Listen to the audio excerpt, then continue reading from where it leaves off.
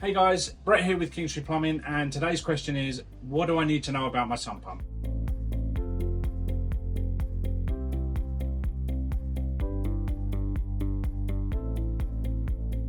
So I'm going to show you the pit in a minute, but I wanted to show you a sump pump first. This is one type. It has a pill switch. Some of them have floats that operate like fill valves on toilets, but this basically, when the water level rises, it lifts the switch, gets to a certain point, you hear that click, the ball's rolling in there. That brings on the power, pumps the water out until the water level goes back down. This is a sump pump. This is basically how this works. Let me show you the pit.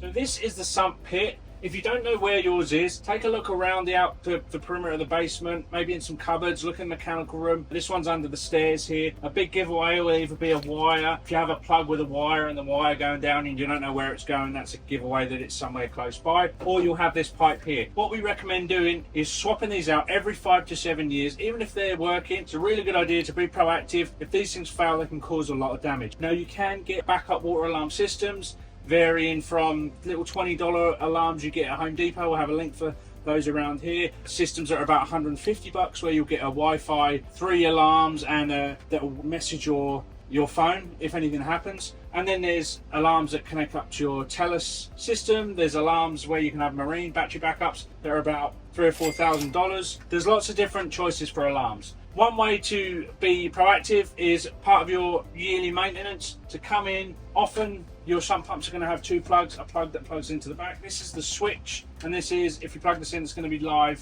direct to the pump. You can hear the water come on, the pipe's moving, you can even feel it running through. I can check it's discharging outside if I have someone to help. You can do that.